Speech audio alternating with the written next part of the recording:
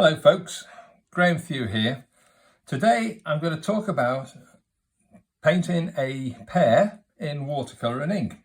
It's going to take about 5 minutes and I'll just talk about the materials I'm going to use initially.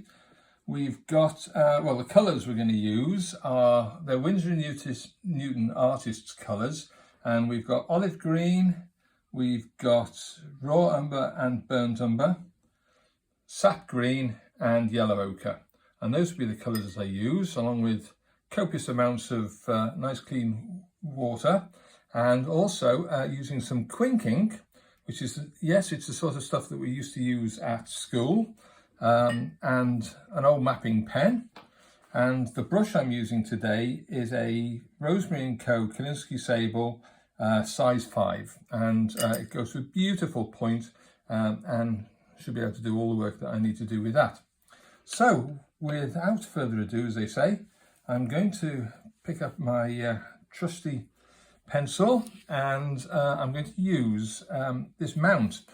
These mounts you can buy at most art shops, standard mounts, chamfered edge. This one costs 65 pence.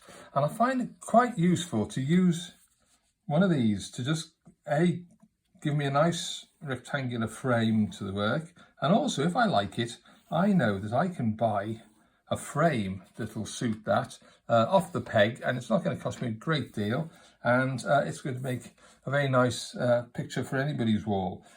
So I shall now draw a pear, and I'm just going to start with a stalk there, and I'm going to go over here, and that's suitably pear-shaped, and we'll have a horizon there, and that's the drawing over and done with. Now, I'm going to start with quite a weak mix of sap green initially, and we're going to go down. I'm going to leave some white of the paper left. I didn't talk about the paper. The paper is from Cass Art, and it's a standard watercolour paper, 300 grams. And it's acid-free, cold pressed, or as they call it in this country, not. So there we've got sap green there. Now I'm just going to drop in a couple of other little colours. We're going to use a bit of the olive green here, and the olive green is quite a nice one because it's got a touch of brown in, as you can see, and it's quite a pear colour. And then I'm going to just use a little bit of the raw umber and just do a couple of blemishes here and there, and then using the burnt umber I'm just going to paint a stalk here and let that bleed into the top there, and pop a little pip at the end here, and then perhaps a little bit of yellow ochre just to give another little touch of colour around there. A bit more sap green on this side, and we're just about done with the painting there. Now, what I tend to do, just to give the drawing a little bit of character, is blow the paint whilst it's still molten. Ladies, if you want to do this a little bit more demurely, you can do it with a straw, but I use the raw blowing technique, and I'm just going to blow it now. And the stalk. This is giving it a little bit of character there, and also I will now use the ink. I always tend to have a piece of paper adjacent just to make sure I've not too much ink. And initially I start with going round and just sort of avoiding the watercolour, because you can see what happens when you touch the watercolour.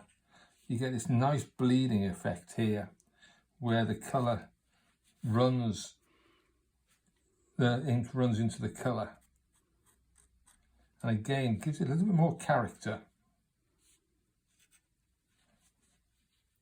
I'll just do a line there for the horizon there and there, and I think we're getting close to what I think is necessarily called pear-shaped.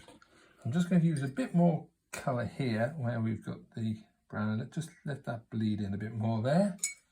and spread a bit of the sap green down this side.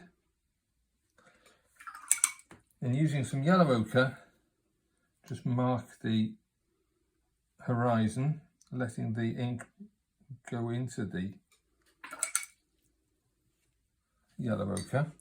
Now, taking the mapping pen, I'm going to draw a line. Now, this is the line that I drew with the aid of the mount. So I'm going to draw a line inside that, and you'll see why in a moment. So I'm going to take a straight line inside that. Down this side, I'll break at the horizon, along, across, take a little bit more ink, and down this side. Don't worry about blodges and things, as I say, it all gives you a bit of character. Again, the top on the ink, I will now go back to the sap green. It looks like I need to mix up a little bit more.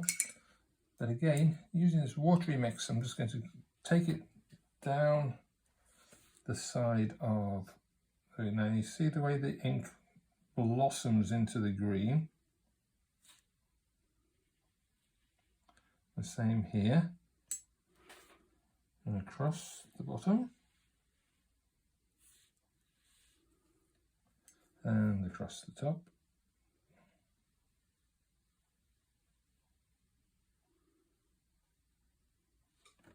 I'm just going to have to turn the board around here. And we're going to go down there, down that line there. And we're just about done with our pear in watercolour. Take them out. Now I know this is all wet, but for the purposes of this, I normally wait for it to dry, but I think just in this one case, I'm happy to get the other side of the mount wet now. Placing the mount over the top of that, you can now see your finished pear in watercolour. And if you want to see that a little bit more, I will post it on my website, which is at grahamthewart.uk. Excuse me. And good painting, good drawing, good sketching, and good luck. Cheerio.